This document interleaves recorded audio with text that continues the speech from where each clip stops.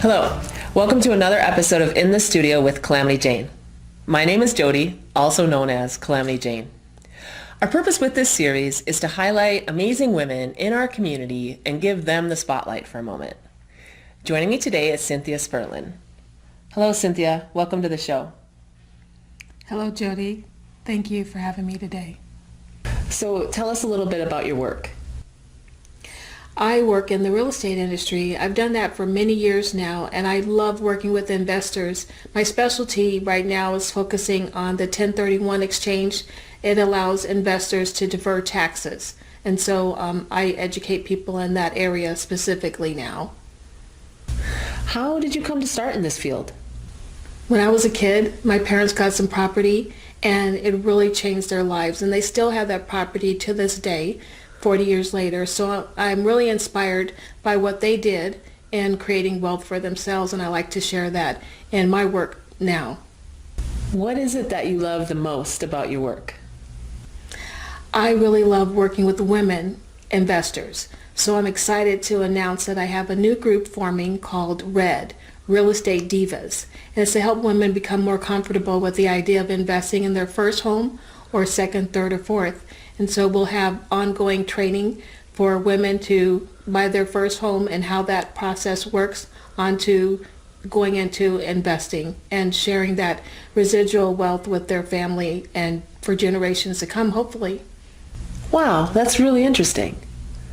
Okay, so what one piece of advice would you give to a new entrepreneur who's maybe just starting out in that field? I would say, don't be afraid. Take action, because the more you think about it, the more delays you put and barriers you create for yourself. And then those obstacles become larger than life in your head. And if you just take one small step each day toward your goal, you'll get there better and faster than just thinking about it. That is really great advice.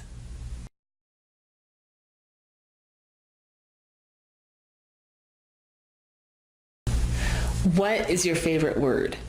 Woohoo! That's perfect. So what is your least favorite word? I can't. It creates barriers. It stops you from taking action. So like when my daughter was young, she'd say, "Mom, I have a problem."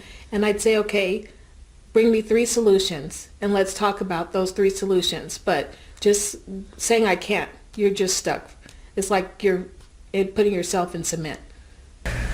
What turns you on, creatively, emotionally, or spiritually? Meditating. I love to meditate, and so spiritually it helps me connect with my higher self for intuition, really listening to those moments of inspiration that kind of give me great ideas for, like, Red. What turns you off? Complainers. People that say I can't. Yeah. Just don't complain. Find answers. Be creative. What is your favorite curse word?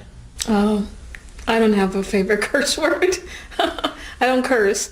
My daughter tells me it's okay to curse, but I'm just like, nah. You know what I say? I'll say, for Pete's sake. Oh, for Pete's sake! What sound or noise do you love? Oh, I love the sound of silence. My daughter, I talk about it all the time, sorry, but she loves music. So growing up, we always have music playing around the house, and she'd say, "Mom, what do you want to hear?" And I'd say, "Silence." Yeah, my kids are the same. What sound or noise do you hate? I hate the sound of the words, "I can't." Right on. Well, I'm starting to get a theme here. So what profession other than your own would you like to attempt? I would love to be an artist and have a gallery, because in my spare time to relax, I always have ideas, so to get out of my head, I'll paint. And I love to do abstract paintings. And so if I could make a living doing that, that would be heaven. So what profession would you not like to do? Medical. When I was a kid, I worked as a volunteer at the hospital, and it was very sad to, see people suffering and going through the recovery phase. So I could never work in the medical field, but I really respect people that have that ability. And I'm thankful because I've needed them from time to time, and so I'm grateful for them, but I could never do that. That is a very noble profession, but I'm with you. I don't think I could ever do that either.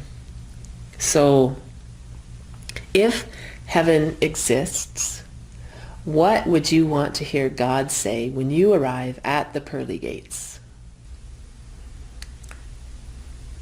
When I arrive at the pearly gates, I hope to hear, "You're awesome." Thank you for being with us today, Cynthia. Thank you, Jody. I had a great time. And thank you for watching. Join us for another episode of In the Studio with Calamity Jane, where we put another amazing woman from Las Vegas in the spotlight.